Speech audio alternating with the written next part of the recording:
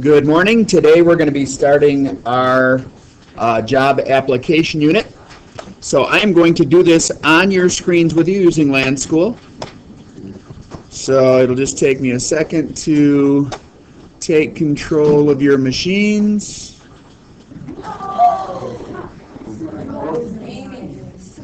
Okay. So I have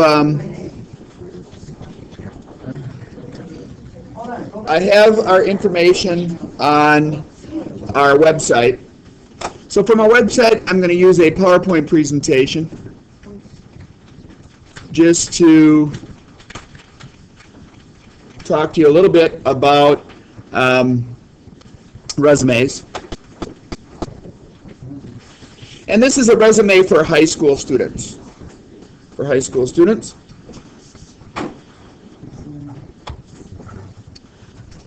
So what I want to talk about today, first of all, just what a resume is, a description of a resume, general guidelines of what to include on resumes, different sections of the resumes, extra tips, and then we'll talk about cover letters a little bit later. We won't do that today.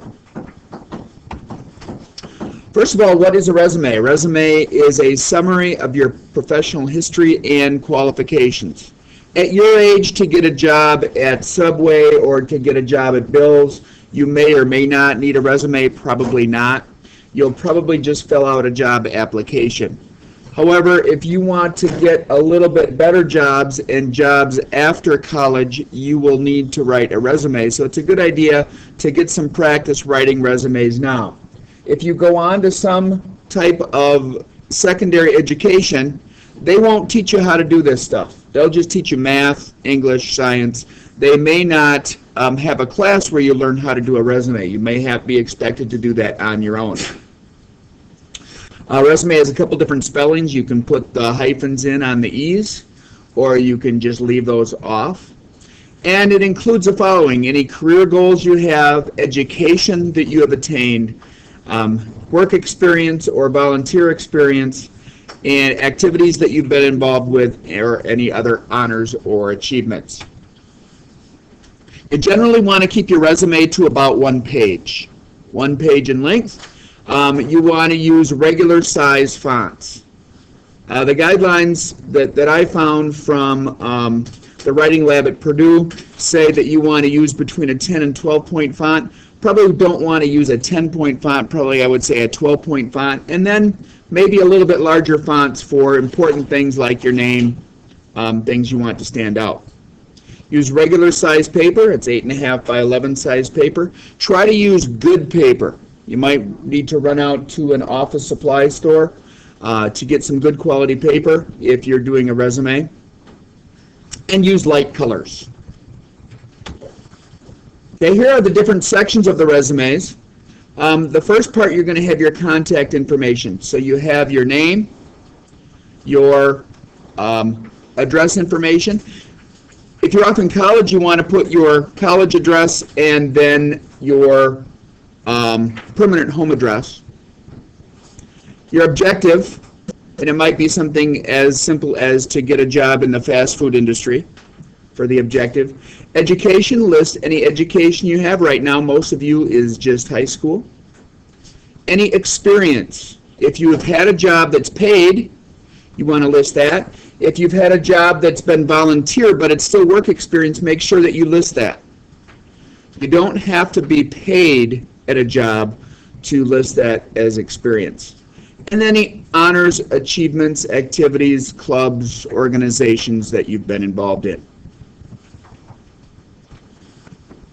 For the contact information, make sure you include your name, your permanent or campus address if you're in college, permanent or campus phone numbers, and your email address, so they have all kinds of different ways that they can get a hold of you.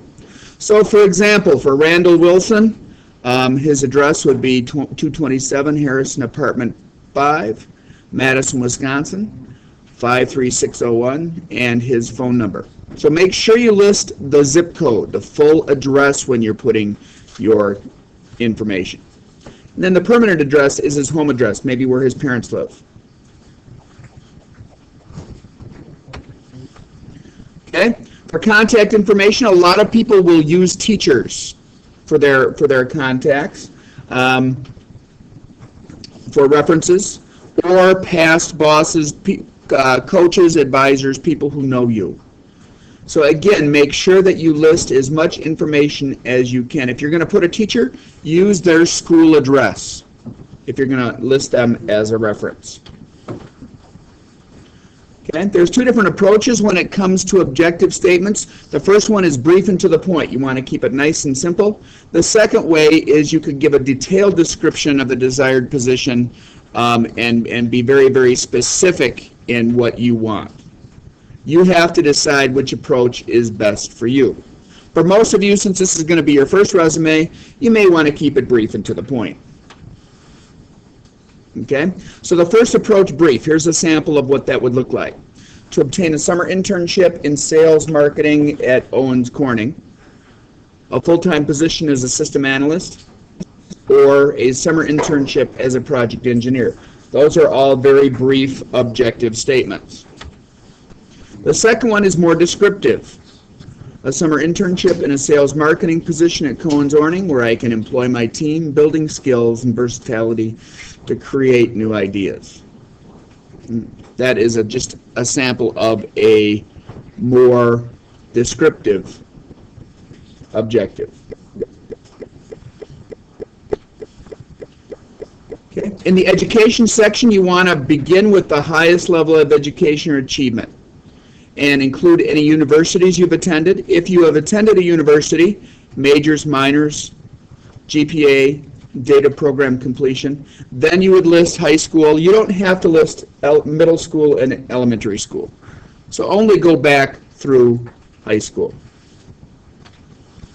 So the example of what ours would look like, you might start out with a section called education, and then you received a diploma, and when you received it, if you haven't received it yet, you could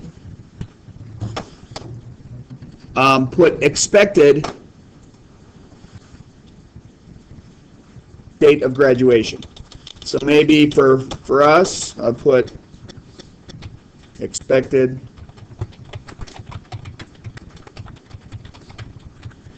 move that back over a little bit. And freshmen, what year do you guys graduate? 2017. 2017? Most of you will graduate in 2017. Sounds like one person has a goal to graduate before 2025. It's always important to have goals. Okay? So for us, we would put maybe an expected date of graduation. Make sure you list the high school, the address of the high school, and maybe your overall current or overall GPA. For most of you as freshmen, you don't have a GPA. Put your GPA what you had in middle school, because it'll probably be similar, hopefully. Okay. Work experience. You're going to include any positions you have held which are related in some way to the job that you're seeking. Can be paid or volunteer positions. I would list any jobs that you've had. Any jobs that you've had. It shows that you've worked before, you've been an employee. Those are all important things to have some work experience. So here's some examples. So server, this one got, let me just fix that here briefly. That wrapped down to the next line. Okay. So a server, that would be like a wait person at the Blue Tomato in Oregon. Provided customers superior service and ensure their comfort. Okay, made up between $400 and $750 a night. That'd be pretty good. Also been a youth baseball coach. This would be maybe a volunteer position, but you could see how that would also be a work experience. Make sure you also list any activities, honors, or volunteer experiences.